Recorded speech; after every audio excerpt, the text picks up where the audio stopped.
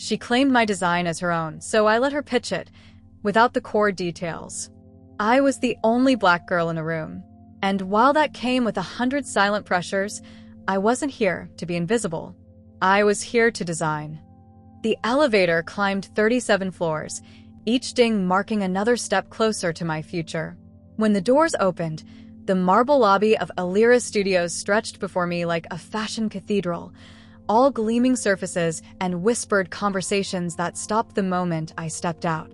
My name is Imani Brooks, and I had just secured the impossible, a summer internship at one of New York's most exclusive fashion houses. Out of thousands of applicants, only 12 were chosen.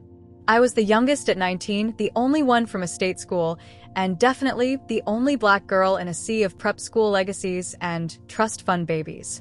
The receptionist, a woman whose cheekbones could cut glass, barely looked up from her computer. Imani Brooks? Take the hall to the left. You'll find the other interns in conference room B. Her tone suggested I was already late, though I'd arrived 15 minutes early. Conference room B buzzed with nervous energy. 11 other interns sat around an oval table that probably cost more than my entire college tuition. Designer handbags hung from chair backs like expensive ornaments. Everyone looked like they'd stepped off the pages of Vogue, except me, in my carefully chosen black blazer from Target and the vintage statement necklace my grandmother had given me for luck. Oh my God, you must be Imani, a girl with perfectly straightened blonde hair and a smile that seemed painted on bounced toward me. I'm Camille Richardson. I've heard so much about your portfolio. It's so authentic.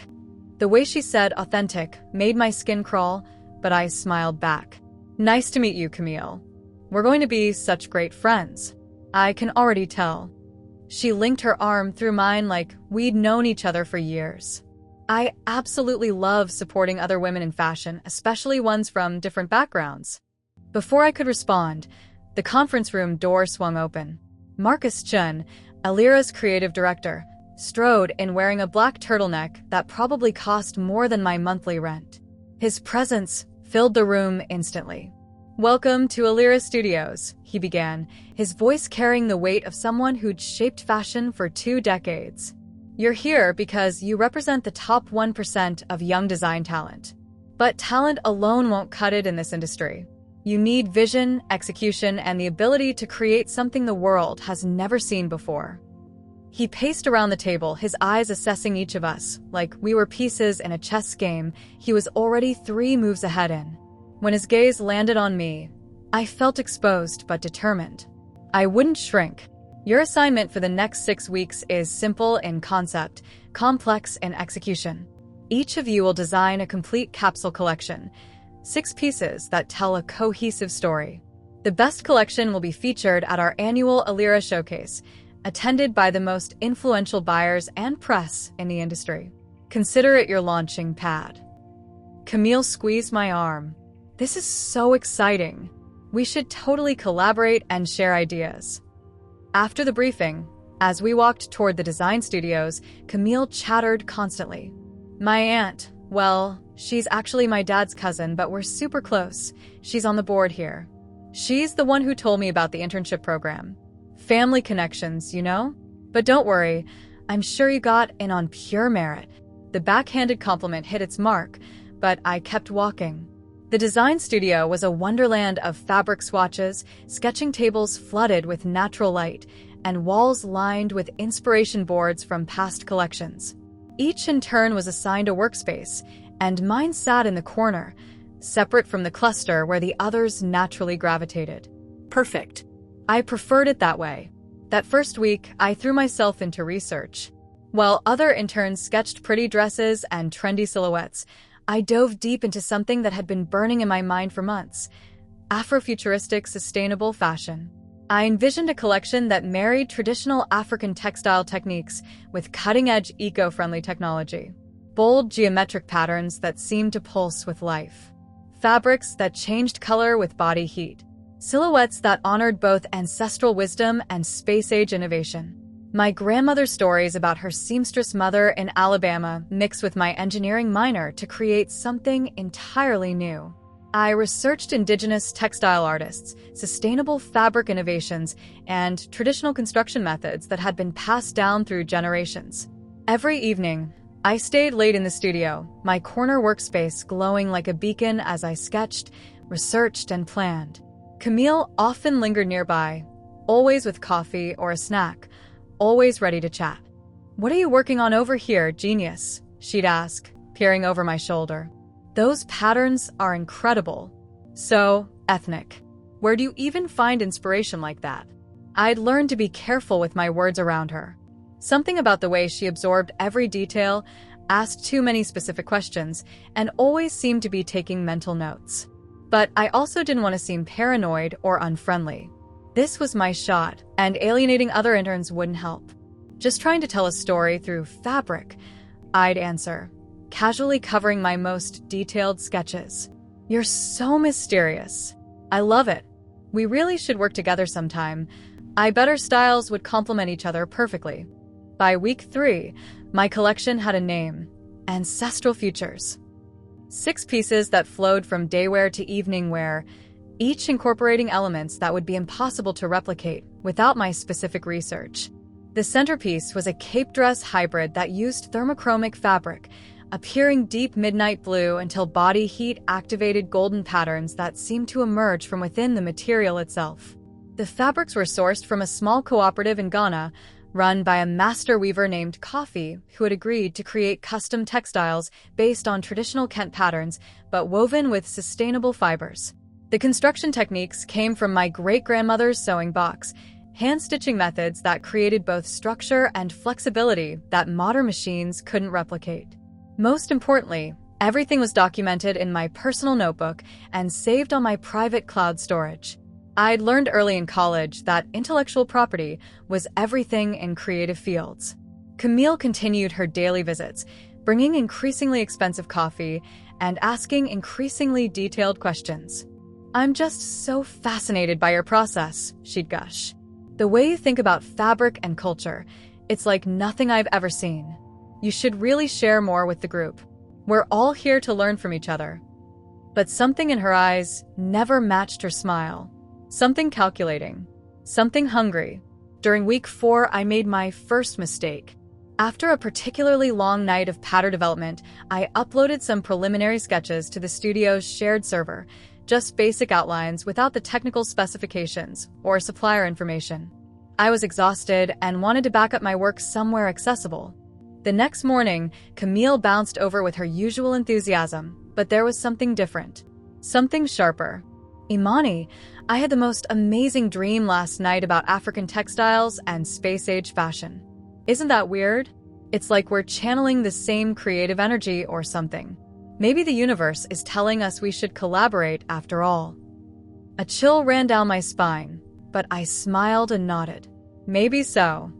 That afternoon, I quietly changed all my passwords and moved my detailed files to a more secure location. But the damage was already done. I just didn't know it yet. The last week of the internship program arrived faster than expected. Presentations were scheduled for Friday, and the Alira showcase would follow the next week. I'd spent the entire program perfecting every detail of Ancestral Futures, from the revolutionary fabric treatments to the historical research that informed each silhouette. Wednesday evening, as I put the finishing touches on my presentation boards, Camille appeared at my workspace with her trademark smile and 2 cups of expensive coffee. "I can't believe it's almost over," she said, settling into the chair beside me. "Whatever happens with the presentations, I want you to know how much I've learned from watching you work. You're going to change this industry, Imani. I can feel it." For the first time in weeks, her compliment felt genuine. Maybe I'd been too suspicious. Maybe she really was just an enthusiastic colleague who happened to ask a lot of questions. "Thanks, Camille. That means a lot." She glanced at my presentation boards, covered with fabric swatches and technical drawings. "Your collection is going to blow everyone away." Ancestral Futures. Even the name gives me chills. I hadn't told her my collection's name. The realization hit like ice water. My heart hammered as I tried to keep my expression neutral. Actually, I haven't settled on a final name yet. Still playing with options. "Oh," she laughed, but it sounded forced. I must have misheard when you were talking to yourself yesterday. You know how you murmur when you're concentrating. I had never murmured my collection's name aloud. Ever. That night, I went home to my tiny studio apartment in Queens and couldn't sleep. Something was wrong, but I couldn't put my finger on what. Every instinct screamed danger, but I had no proof, no concrete reason for suspicion. Thursday morning, I arrived at the studio early, hoping to calm my nerves with some final adjustments to my presentation. But Marcus Chen's assistant was waiting for me at the elevator. Imani? Mr. Chen would like to see you in his office immediately. My stomach dropped. Had I done something wrong? Were they canceling my presentation? Marcus's office occupied a corner of the 39th floor, with floor-to-ceiling windows overlooking Central Park. He sat behind a massive glass desk, my portfolio open in front of him, but not the portfolio I'd submitted. These were sketches I'd never seen before, yet they looked eerily familiar. Imani, we need to discuss your collection. Sir, Camille Richardson came to see me yesterday evening. She brought some concerning information about potential copyright infringement in your work. The world tilted. I'm sorry, what? He turned the portfolio toward me and my blood ran cold. Every sketch, every color story, every design concept from Ancestral Futures was there, but signed with Camille's name and dated 2 weeks earlier than my originals. She showed me these preliminary designs from her collection, Heritage Forward, and pointed out some striking similarities to work you'd uploaded to our shared server. She was worried you might have inadvertently borrowed too heavily from her concepts. I stared at the stolen sketches, my 6 weeks of work wearing someone else's signature. The rage that built in my chest was volcanic, but I forced my voice to remain steady. Mr. Chun, those are my designs. That's my collection. He leaned back in his chair, studying me with the same calculating expression he'd worn that first day. That's a serious accusation, Imani. Camille has documented proof of her work timeline, plus witness statements from other interns about discussions she had regarding African-influenced futuristic fashion concepts. Of course she did.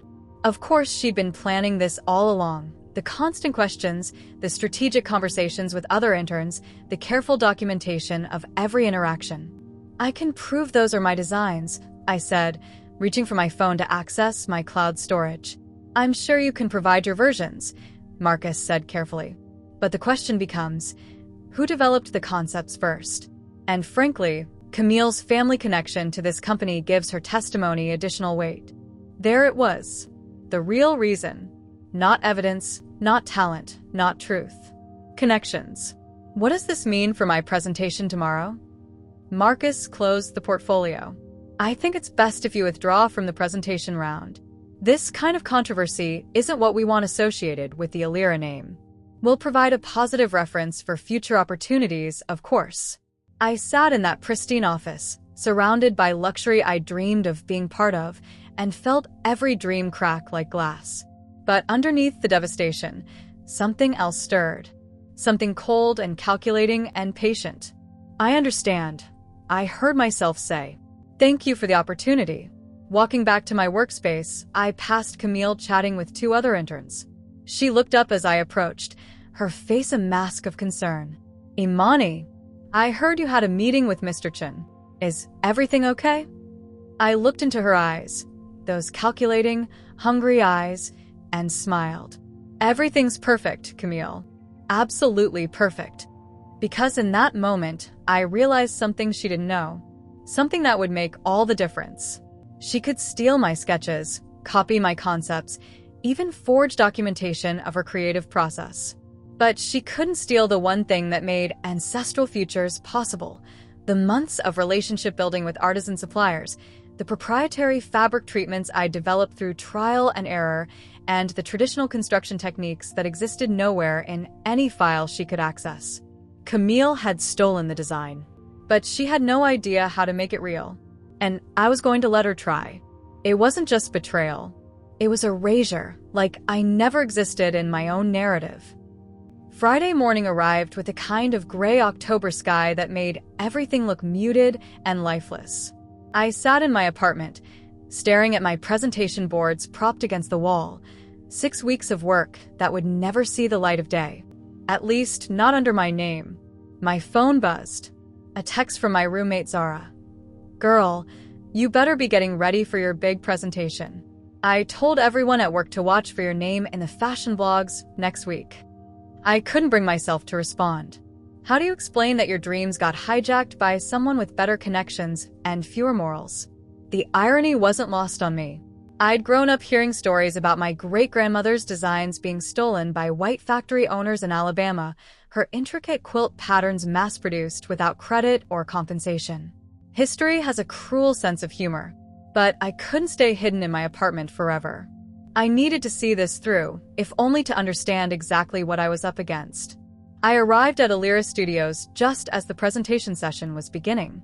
The main conference room had been transformed into a mini auditorium, with Marcus Chun and 3 other senior executives sitting at the front like judges. Other interns filled the remaining seats, their nervous energy palpable. "Since we're down to 11 presenters due to yesterday's unfortunate circumstances," Marcus announced, "we'll move directly to the scheduled presentations." 11, not 12. They'd already erased me from the official count. I slipped into a seat at the back, hoping to remain invisible. But Camille spotted me immediately, her face lighting up with what looked like genuine surprise. "Imani, you came. I'm so glad you're here to support everyone." She rushed over, her voice dripping with concern. "Are you okay? I heard about the confusion with the designs. I felt terrible that my work was so similar to yours. It's like we were channeling the same creative energy." The audacity was breathtaking. She was rewriting history in real time, turning theft into coincidence, making herself the victim of an unfortunate similarity. "I'm fine, Camille. Just here to learn." "You're so strong. I don't think I could handle that kind of disappointment with such grace." She squeezed my shoulder. "But hey, maybe this is the universe's way of saying you need to find your own unique voice, you know? Something that's completely, authentically you." I wanted to laugh. Or scream. Or both. The presentations began, and I watched 10 of my fellow interns showcase their collections. Some were polished, others rough around the edges, but all were genuinely theirs. Their passion was real, their vision authentic, their nervousness earned. Then came Camille's turn. She stood at the front of the room, wearing a crisp white blazer and confidence that seemed to radiate from her pores.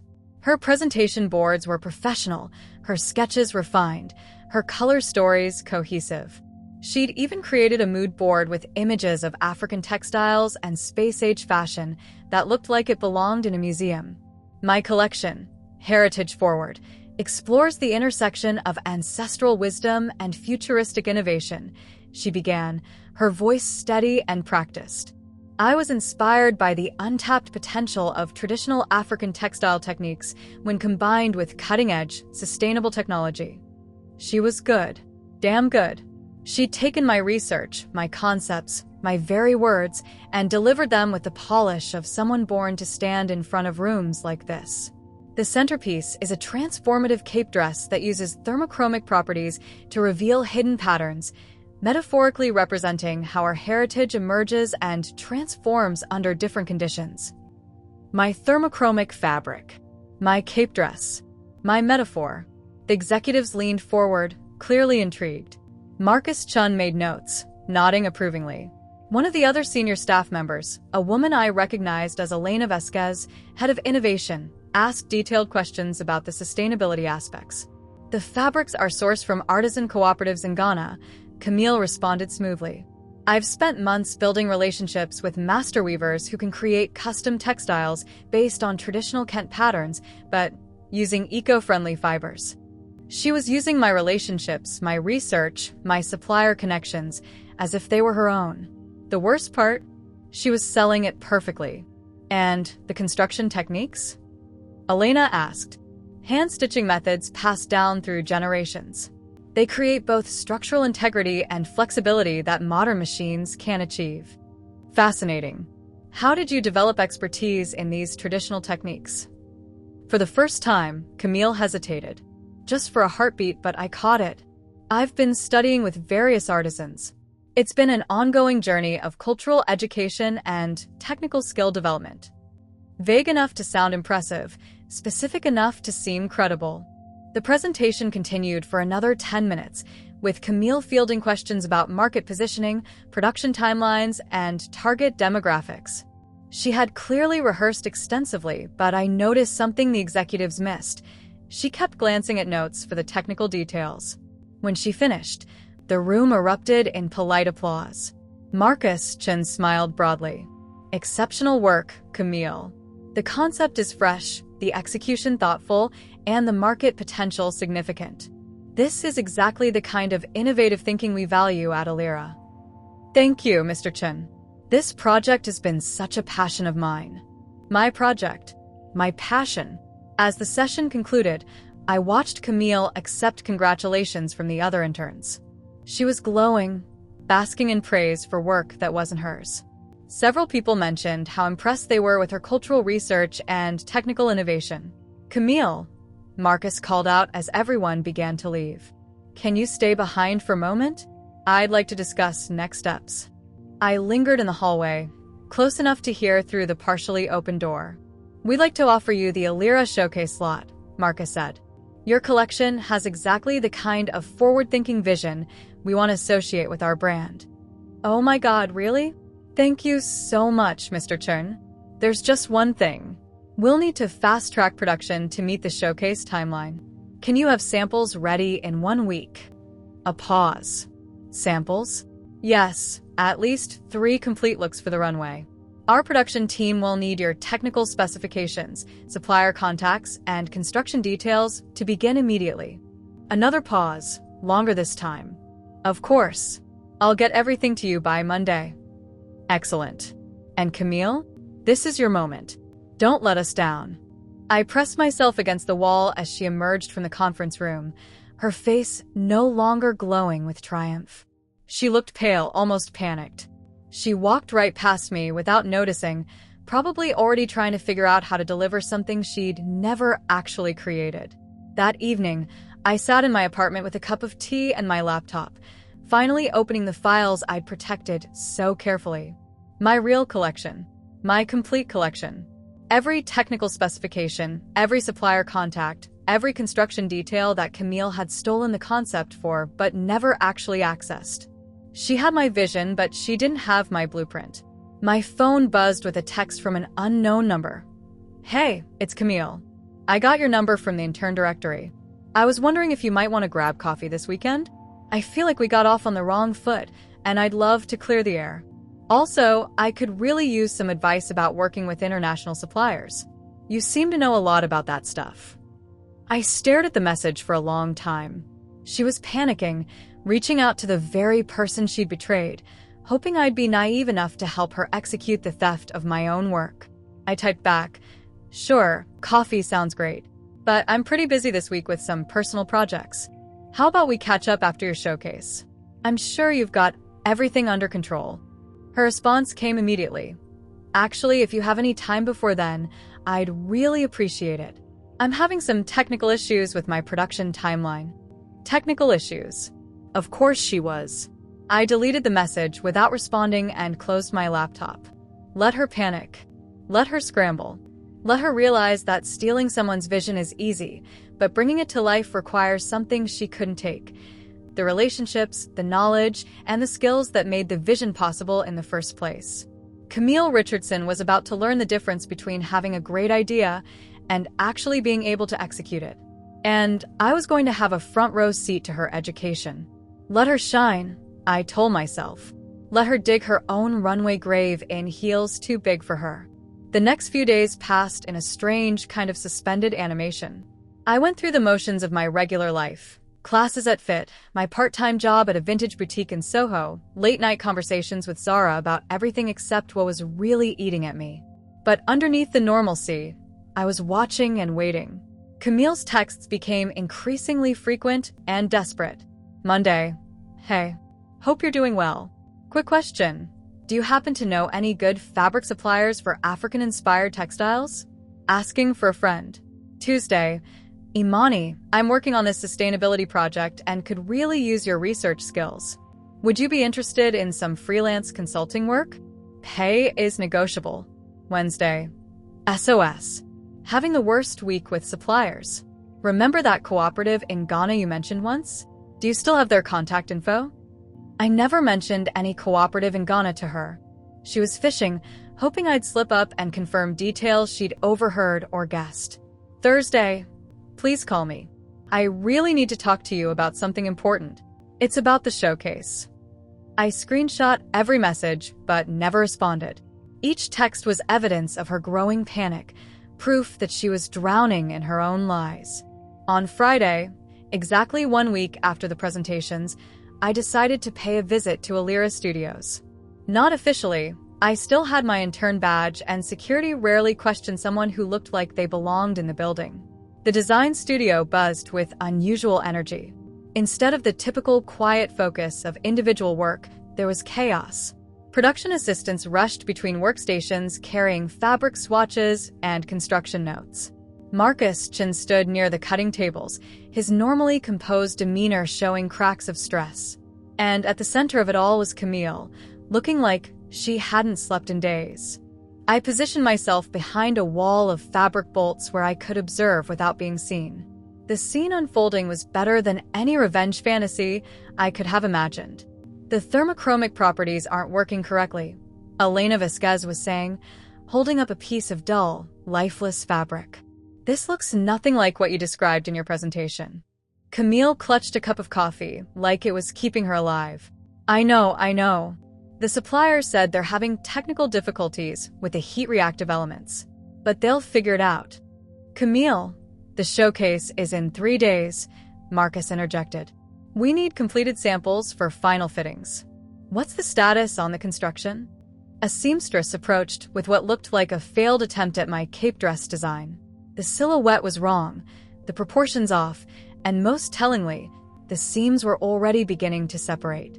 The hand-stitching techniques aren't holding, the seamstress explained apologetically. The tension is uneven, and the traditional methods don't seem to be working with these particular fabrics. Of course they weren't. Those traditional methods required specific knowledge about thread weight, needle angles, and fabric grain that couldn't be learned from a Google search or stolen from uploaded sketches. Maybe we could use machine stitching instead? Camille suggested weakly. Machine stitching won't create the structural flexibility your design requires, Elena replied. The whole concept depends on the garment's ability to move and transform with the wearer's body. I watched Camille's face cycle through desperation, confusion, and barely contained panic. She was trapped in her own lie, expected to deliver a miracle she'd never actually understood.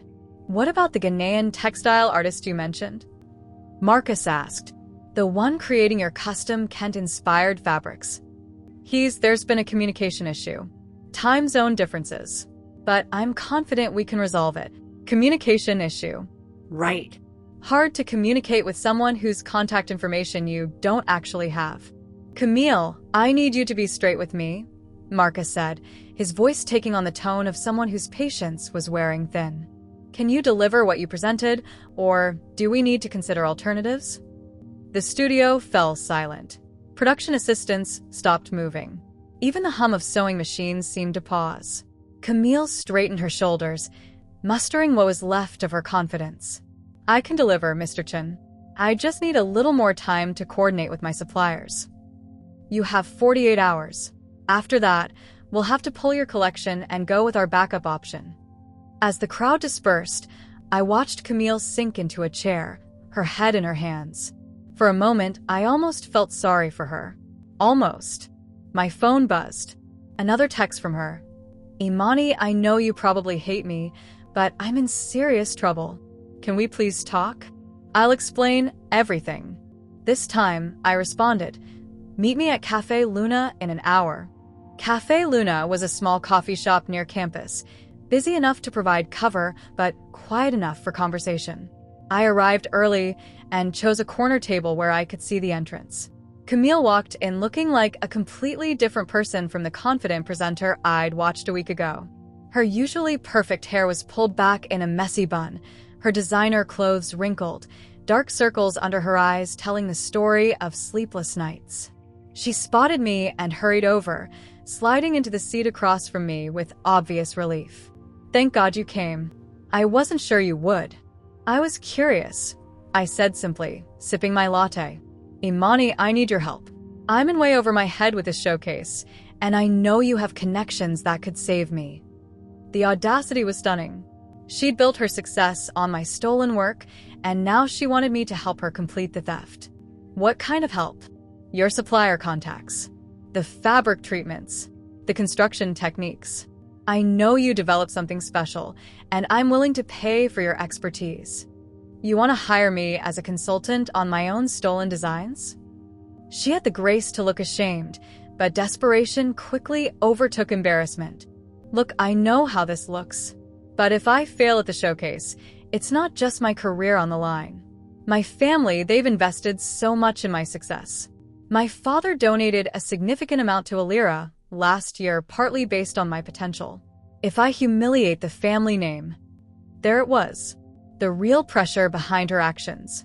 Not just personal ambition, but family expectations and financial stakes that went far beyond an internship program. So you stole my work to meet your family's expectations? I never meant for it to go this far, she said, tears forming in her eyes. When I saw your sketches on the server, they were just so incredible. I showed them to my aunt, and she was so proud, so excited. She set up the meeting with Mr. Chen before I could explain they weren't originally mine. Then everything spiraled. And now you want me to fix your spiral. I'll give you credit. Full credit. We can say it was a collaboration from the beginning. I leaned back in my chair, studying her face. She was offering me a partnership in my own work, presenting it like she was doing me a favor. That's generous, Camille. Really generous. She brightened slightly, hope flickering in her eyes. But I think I'll pass. Imani, please. You don't understand what this means. I understand perfectly. I stood up, gathering my things. I understand that you stole my work, presented it as your own, accepted an opportunity that should have been mine, and now you want me to save you from the consequences of your choices. If I fail at the showcase, it will destroy my family's relationship with Alira. My father's business connections, my cousin's position on the board, everything will be ruined. I paused at her desperation, but steel hardened in my voice. Then you should have thought of that before you decided to build your success on someone else's foundation. I walked toward the exit, but turned back for one final moment. Good luck with the showcase, Camille. I'm sure it will be exactly what you deserve. As I left the cafe, I could hear her calling my name, but I didn't turn around. 3 days. She had 3 days to deliver a collection she couldn't possibly create, using techniques she'd never learned, with suppliers she'd never contacted, and fabrics she didn't understand. I wasn't going to save her. I was going to let her drown in the spotlight she'd stolen, wearing a crown that had never belonged to her in the first place. When they finally turned to me, I didn't raise my voice. I raised the receipts. The backstage area looked like a crime scene where fashion was the victim. Ruined garments hung from racks like ghosts of failed ambition, while models wrapped themselves in robes and tried to salvage their dignity along with their professional reputations. I continued serving champagne to shell-shocked executives and industry insiders, invisible in my server's uniform while chaos swirled around me. The conversations I overheard were brutal. Worst debut I've seen in 20 years, muttered a buyer from Bergdorf Goodman. How did this get past quality control? Wondered a journalist from WWD. Someone's career just ended, observed a fashion photographer, reviewing the disaster footage on his camera. Through it all, Marcus Chen moved like a man in crisis management mode, his face a mask of professional composure barely containing personal devastation. Elena Vasquez fielded concerned questions from investors while simultaneously trying to coordinate damage control with the PR team. And Camille? Camille stood frozen in the center of it all, her perfect facade finally cracking under the weight of her own lies. Camille. Marcus's voice cut through the noise as he approached her. I need answers. What the hell happened out there? She turned toward him with eyes that looked completely lost.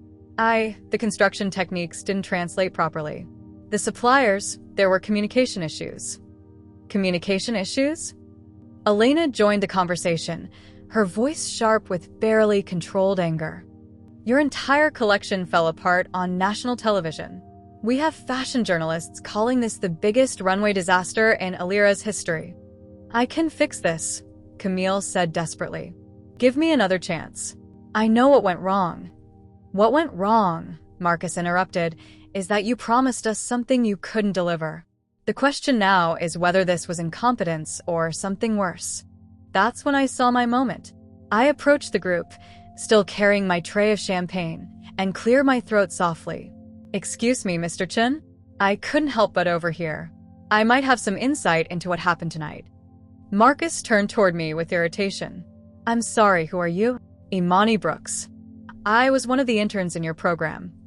Recognition dawned on his face, followed quickly by something that looked like guilt. Ms. Brooks, I didn't expect to see you here. I'm working catering tonight.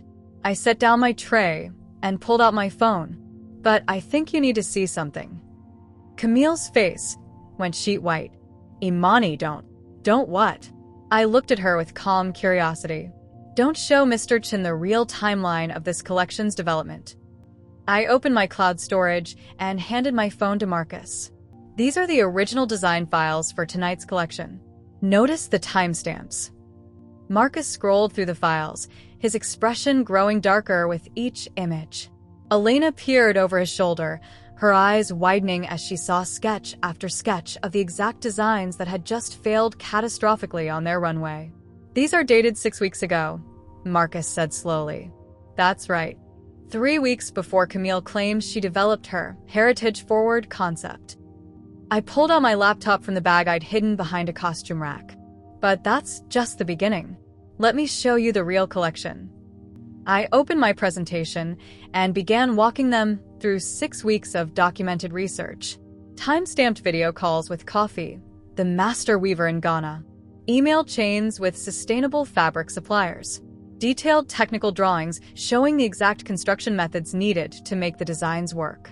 This thermochromic fabric treatment, I explained, pointing to detailed chemical specifications, requires a specific polymer application that takes 2 weeks to properly cure. I started the process 8 weeks ago. Marcus looked at Camille, who had backed against a costume rack like a cornered animal. Is this true? There might have been some overlap in our research. Overlap. Elena's voice could have cut steel. These are identical designs down to the pattern placement. I continued clicking through my files. Here are the traditional construction techniques that were supposed to hold the garments together. This hand-stitching method requires understanding tension distribution across different fabric weights. It's not something you can learn from online tutorials. And the Ghanaian textile artist? Marcus asked, his voice deadly quiet. I pulled up a video chat recording. Coffee Asante, master weaver from the Ashanti region. We've been collaborating for 3 months. He agreed to create exclusive fabrics for my collection based on traditional Kent patterns adapted for contemporary silhouettes. On my laptop screen, Coffee smiled and waved, speaking in accented English about his excitement for our partnership. The timestamp clearly showed a conversation from July, weeks before the internship program had even begun. Mr. Chen, I continued. Every single piece in tonight's show was based on my designs, my research, my supplier relationships, and my technical innovations. Camille accessed my preliminary sketches from the shared server and built her entire presentation around concept she'd never developed. Marcus turned to Camille, his face a study in contained fury. Did you steal Ms. Brooks' work? The silence stretched for what felt like hours. Around us, the backstage chaos had gradually quieted as people became aware of the drama unfolding in our corner. Finally, Camille's composure shattered completely. You don't understand the pressure I was under. My family expected the board position, my father's donations. So you stole another designer's work to meet your family's expectations? Tears streamed down her face now, her perfect makeup ruined. I never meant for it to go this far. I was going to tell you the truth, but then the presentation went so well, and everyone was so excited. And you thought you could figure out how to actually make the designs work? I tried. I hired seamstresses, I contacted suppliers, I researched everything I could find online. But you couldn't replicate the relationships, the specific knowledge, or the technical expertise that made the collection possible, Elena finished. I closed my laptop and looked directly at Marcus. The designs that failed tonight weren't failed because they were bad designs. They failed because they were executed by someone who had no understanding of what made them work. Marcus ran his hands through his hair, the full scope of the disaster finally hitting him. Jesus Christ, Camille. Do you realize what you've done? To the company? To the other interns? To Ms. Brooks? I'll fix it, Camille said desperately. I'll tell everyone the truth. I'll give Imani full credit. The damage is already done, Elena said flatly. Fashion journalists are already filing stories about tonight's disaster. Our reputation is going to take a massive hit. Marcus pulled out his phone and made a quick call. Security? Please escort Ms. Richardson from the building. Her access to all Illyria facilities is revoked immediately. As security arrived, Camille turned to me one last time. Imani, I'm sorry. I'm so sorry. I looked at her, really looked at her, and for the first time since this whole nightmare began, I felt something other than anger. Not sympathy, exactly, but a kind of hollow recognition of what desperation could drive people to do. I know you are, Camille, but sorry doesn't undo what you did. Security escorted her out through a side exit, away from the remaining crowd and press. I watched her go. This girl who had tried to steal my dreams and ended up destroying her own. Marcus turned back to me, his expression unreadable. Ms. Brooks, I owe you an enormous apology and an explanation of how we're going to make this right. I picked up my serving tray and smiled. I'll be interested to hear it, Mr. Chin. But first, I have champagne to serve. Because the truth was finally wearing my name, and I wanted to savor every moment of its debut. I didn't just reclaim my work, I claimed my place in the room they never meant for me to enter. 3 weeks later, I stood in the executive conference room on the 39th floor of Illyria Studios, but this time I wasn't an intern seeking approval. I was there as an equal, negotiating the terms of my future. The aftermath of the showcase disaster had been swift and thorough. Fashion blogs picked up the story within hours, but the narrative quickly shifted from Illyria's runway disaster to the intern who exposed fashion's biggest theft. My name appeared in Vogue, Harper's Bazaar, and Women's Wear daily as journalists investigated the full scope of what had happened. The industry, it turned out, loved a good scandal almost as much as it loved a comeback story. Ms. Brooks, Marcus began, sliding a contract across the mahogany table.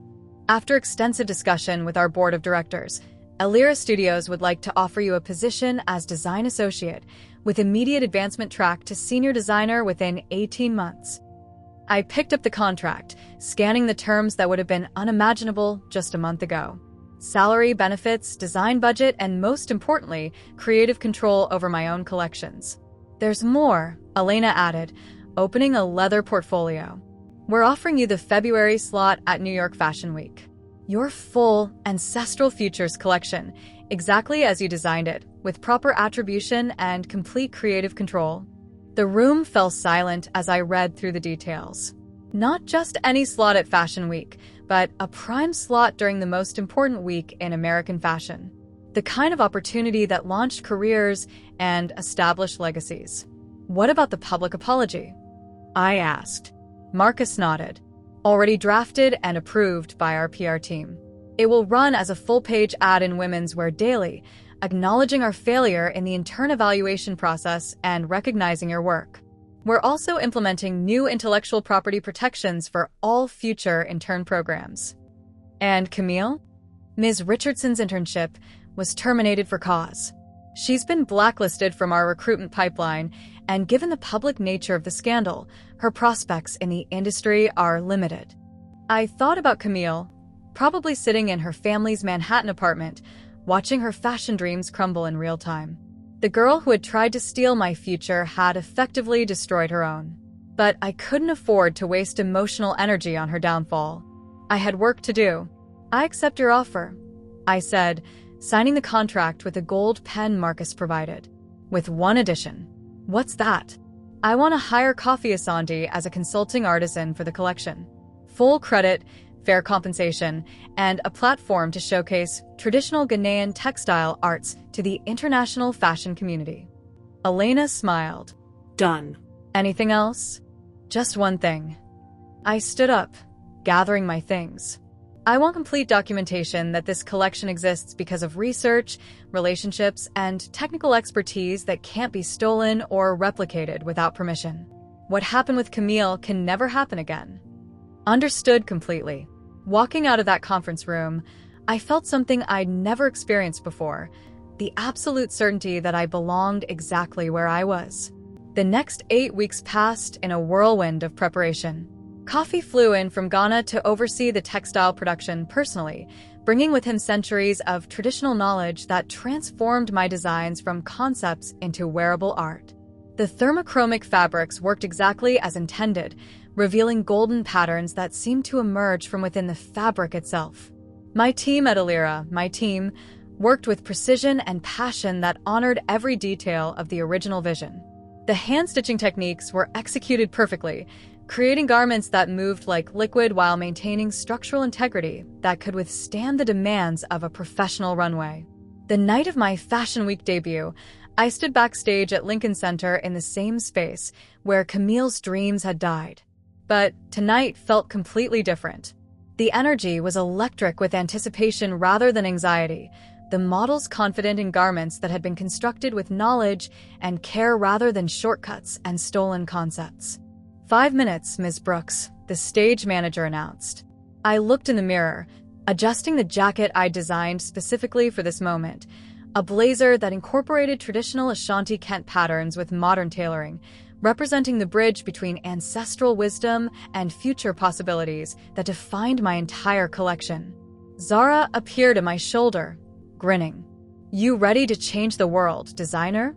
I'm ready to show the world what happens when you don't steal someone else's dreams, I replied. You build your own. The lights dimmed, and Marcus's voice echoed through the theater.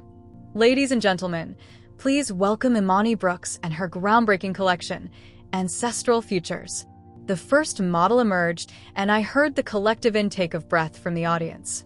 This time, it wasn't surprise at failure, it was awe at excellence.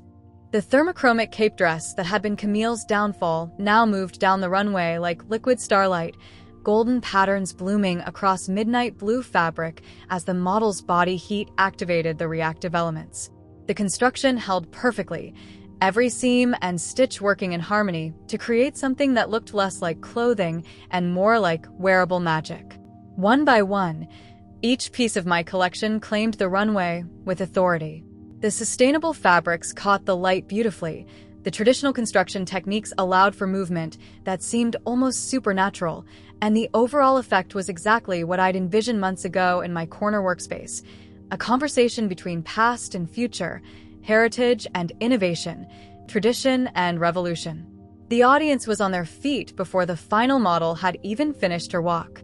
Cameras flashed, buyers scribbled notes, and journalists typed frantically as they witnessed what many would later call one of the most important debuts in recent Fashion Week history. When I took my final bow, walking the runway I'd dreamed of since childhood, I saw faces in the audience that represented everything I'd worked toward. Fashion editors who would write about this moment for years to come. Buyers who would carry my designs to the world's most prestigious stores. Young designers who would see in my success proof that talent and vision could triumph over privilege and theft.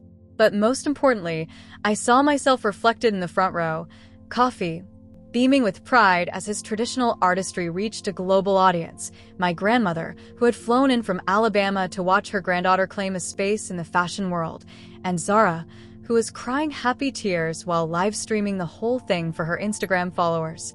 3 months ago, I'd been the only Black girl in a room where I wasn't supposed to have a voice. Tonight, I was the designer whose voice would echo through Fashion Week coverage, industry analysis, and the dreams of every young creative who had ever been told they didn't belong.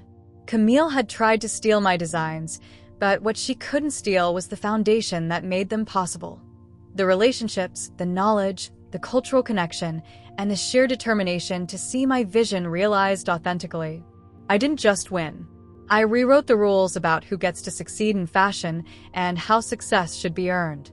And I did it all without ever raising my voice, because sometimes the most powerful statement you can make is simply refusing to be erased from your own story.